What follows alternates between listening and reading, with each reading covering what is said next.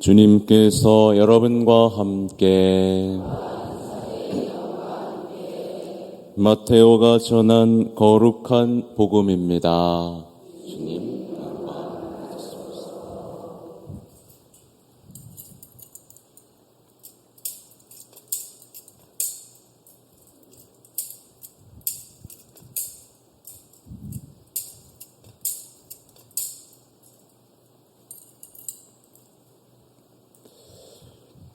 군중이 배불리 먹은 다음 예수님께서는 곧 제자들을 재촉하시어 배를 타고 건너편으로 먼저 가게 하시고 그동안에 당신께서는 군중을 돌려보내셨다. 군중을 돌려보내신 뒤 예수님께서는 따로 기도하시려고 산에 오르셨다. 그리고 저녁 때가 되었는데도 혼자 거기에 계셨다. 배는 이미 무태서 여러 스타디온 떨어져 있었는데 마침 맞바람이 불어 파도에 시달리고 있었다. 예수님께서는 새벽에 호수 위를 걸으시어 그들 쪽으로 가셨다. 제자들은 예수님께서 호수 위를 걸으시는 것을 보고 겁에 질려 유령이다 하며 두려워 소리를 질러댔다. 예수님께서는 곧 그들에게 말씀하셨다. 용기를 내어라. 나다. 두려워하지 마라. 그러자 베드로가 말하였다. 주님, 주님이시거든 저더러 물 위를 걸어오라고 명령하십시오. 예수님께서 오너라 하시자 베드로가 배에서 내려 물 위를 걸어 예수님께 갔다. 그러나 거센 바람을 보고서는 그만 두려워졌다. 그래서 물에 빠져들기 시작하자 주님, 저를 구해 주십시오 하고 소리를 질렀다. 예수님께서 곧 손을 내밀어 그를 붙잡으시고 이 믿음이 약한 자야, 왜 의심하였느냐 하고 말씀하셨다. 그러고 나서 그들이 배에 오르자 바람이 그쳤다. 그러자 배 안에 있던 사람들이 그분께 엎드려 절하며 스승님은 참으로 하느님의 아드님이십니다 하고 말하였다. 주님의 말씀입니다.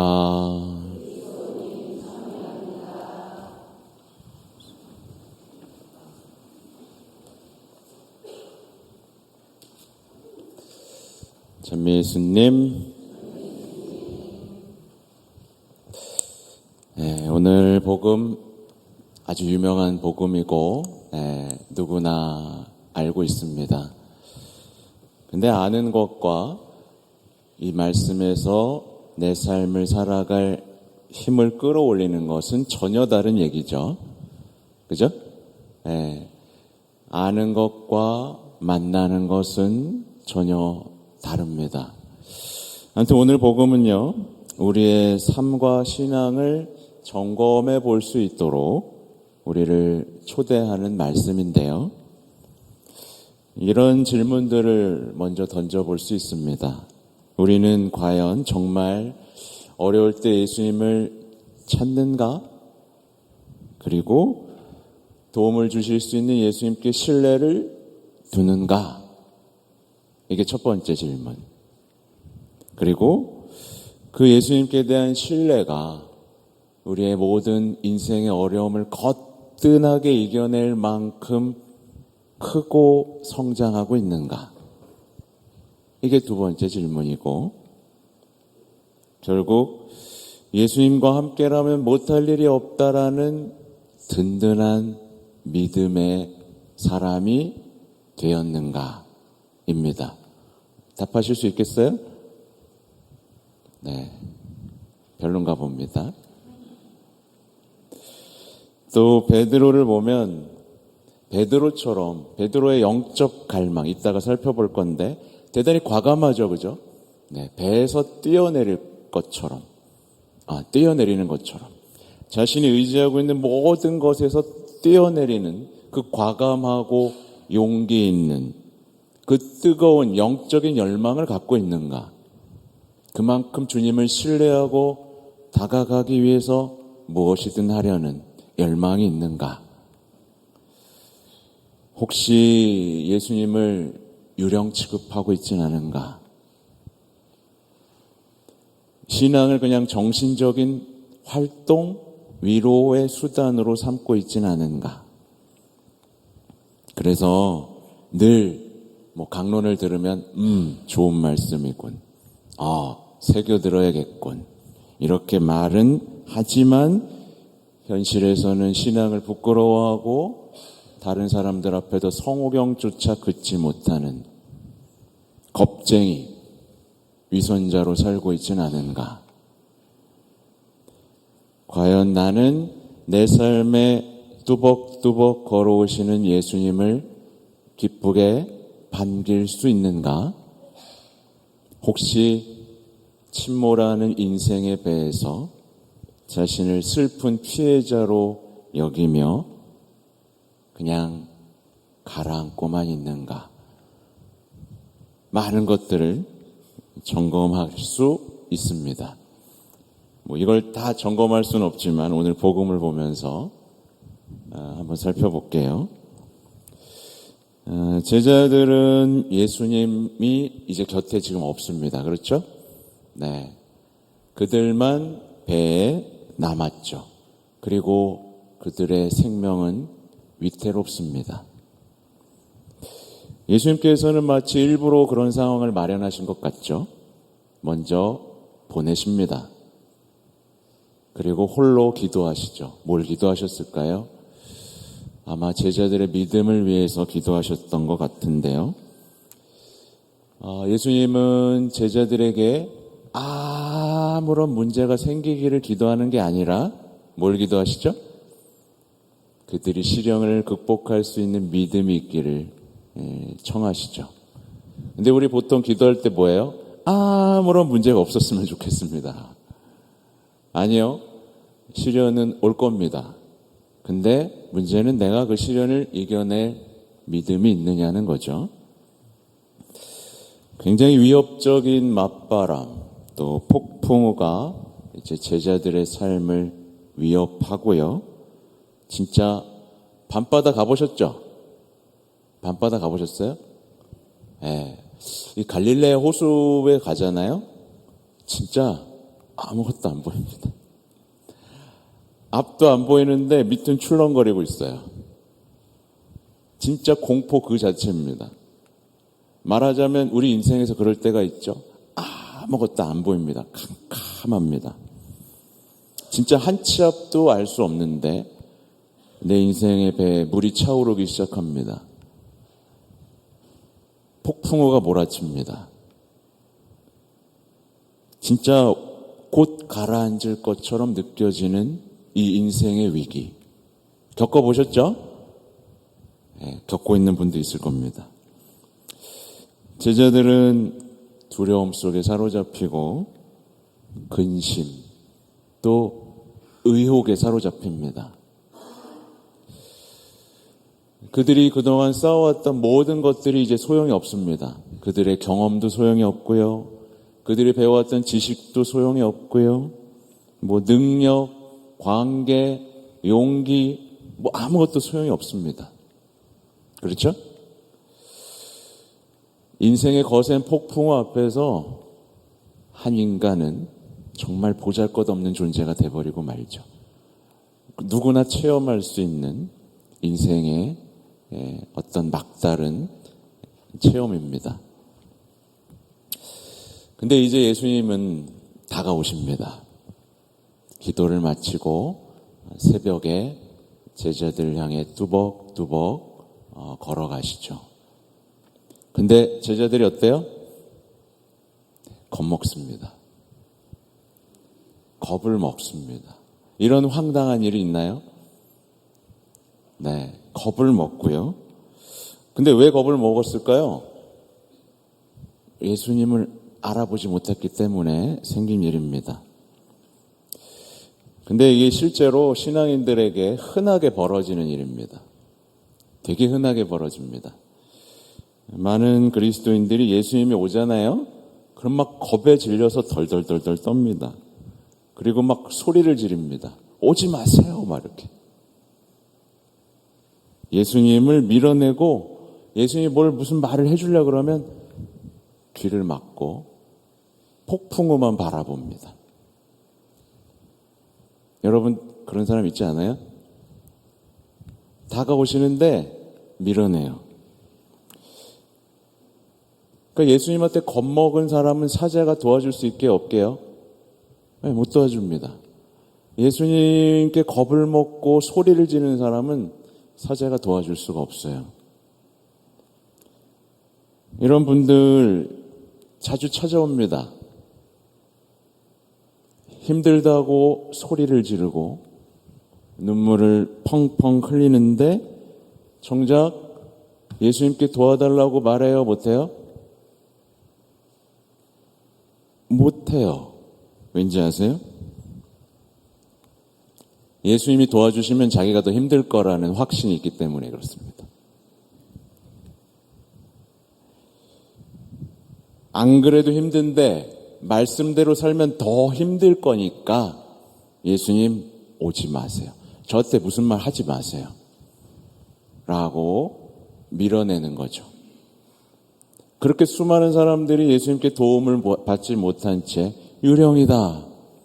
그리고 폭풍우만 바라보고 가라앉는 배만 바라보면서 신앙생활을 헛되게 합니다. 이들은 결국 예수님이 아니라 뭘 찾게요? 자기를 이해해주고 자기의 이야기를 들어주고 자기를 위로해줄 어떤 존재를 찾기 시작합니다. 이건 사주팔자일 수도 있고요. 명사의 강의일 수도 있습니다. 온갖 책일 수도 있죠. 예수님을 피해 도망가서 하는 짓이 바로 이겁니다. 진짜 도움을 주실 수 있는 분이 바로 옆에 와서 서 있는데 어떻게 하는 거예요? 뒤도 안 돌아보고 마음도 열지 않은 채 어떻게든 살겠다고 발버둥을 치고 있는 거죠. 믿지도 않고 듣지도 않으니 도움을 받지도 못하고 그의 인생은 가라앉습니다. 우울증, 분노 조절 장애, 여러 병적인 현상을 가진 채 모든 관계가 무너지는 걸 체험하고 내 인생이 뻔하게 잘못되어 가는 걸 눈으로 보고 있습니다. 다 파괴돼요. 나도 파괴, 내 배우자도 파괴, 자녀도 파괴, 모든 것이 파괴되는 걸 눈으로 보고만 있어요. 도움을 주실 수 있는 분이 바로 옆에 있는데 자기 얘기를 들어줄 사람만 찾고 분노와 불평만 합니다. 근데 베드로를 보시면 좋아요. 베드로는 이 거친 풍랑 속에서 예수님의 목소리를 듣습니다. 용기를 내어라. 나다. 두려워하지 마라. 다른 사람들은 못 들어요. 네. 근데 베드로는 듣습니다. 다른 사람은 왜 못 듣죠? 유령이라고 생각하고 풍랑만 바라보니까. 나를 위협할 것만 바라보니까. 베드로는요, 거센 풍랑 속에서도 예수님을 보고 예수님의 말씀을 들을 수 있는 기도의 사람입니다. 그러니까 그 부족한 베드로지만 예수님이 열쇠를 맡긴 거죠. 되게 재밌어요, 근데. 만약에 베드로였다고 입장을 바꿔 생각해 보세요. 여러분 뭐라 그러시겠어요? 주님, 빨리 풍랑 좀 어떻게 좀 해보세요. 저희 다 죽게 생겼습니다. 네. 이렇게 얘기하겠죠? 근데 어떻게 해요? 과감하고 충동적이고 저 물 위를 걸어오라고 하십시오. 말하자면 이게 뭐예요? 주님, 저 예수님처럼 되고 싶습니다. 네, 이런 엉뚱한 열정을 가지고 예수님께 요청을 하죠. 저는 이런 사도의 열정, 그 모험심, 창의적 신앙의 감탄사가 나오고 담고 싶습니다. 여러분도 그렇죠?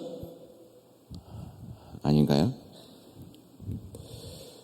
그러니까 베드로 사도의 이런 모습이야말로 왜 베드로가 교회의 수장인지를 알 수 있게 되는 대목입니다. 근데 또 예수님도 특이하죠. 오너라. 그리고 베드로는 정말 그 폭풍우 속에서 배에 내립니다. 배에서. 엄청나죠? 엄청난 믿음이죠? 그리고 예수님처럼 물 위를 걷습니다.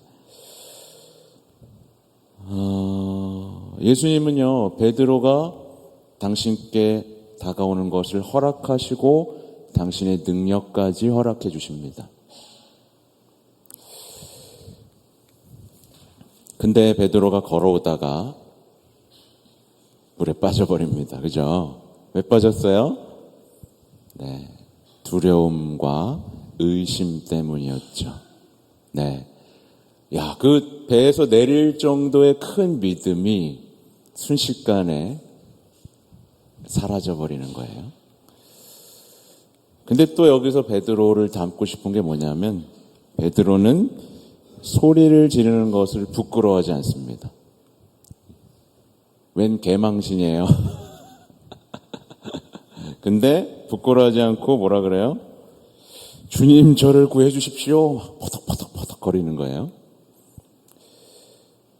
네, 부끄러워하지 않고 예수님께 손을 뻗칠 수 있는 용기도 배워야 됩니다. 근데 많은 사람들이 부끄러워서 소리도 못 질러요. 네, 부끄러워서 여기 앞에 나와서 무릎 꿇는 것조차 못합니다. 그냥 부끄러워. 옆에 시선 신경 쓰느냐고 아무것도 못합니다. 자기의 신앙을 표현할 줄도 몰라요. 근데 베드로는 그 모든 것을 해내죠.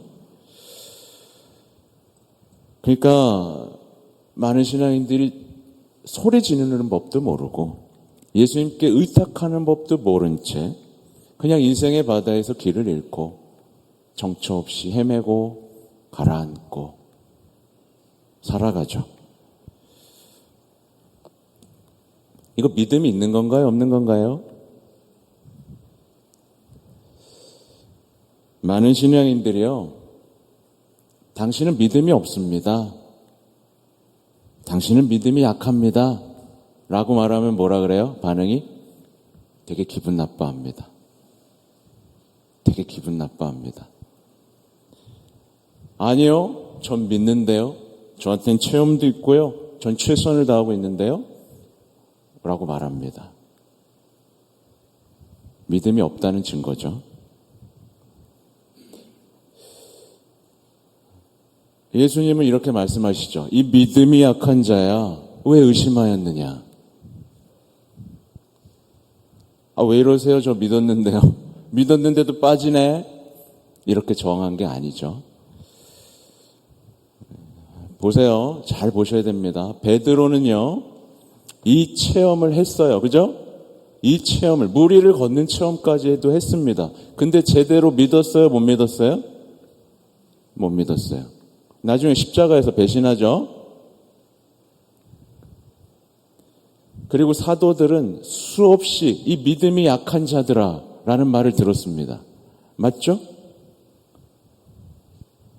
자신들의 믿음이 얼마나 비참한지를 계속 훈련받았습니다. 근데 우리는 고작 무리도 걷지 못하면서 내 믿음이 괜찮다라고 생각하고 누가 뭐라 그러면 뭐야? 라고 기분 나빠합니다. 믿음은요, 그렇게 간단한 게 아닙니다. 그렇죠? 베드로의 믿음도 정화되어야 됐고 성화되어야 했습니다. 심지어 부활을 목격한 증인들 중에서도 믿지 않은 사람들이 있을 정도였어요.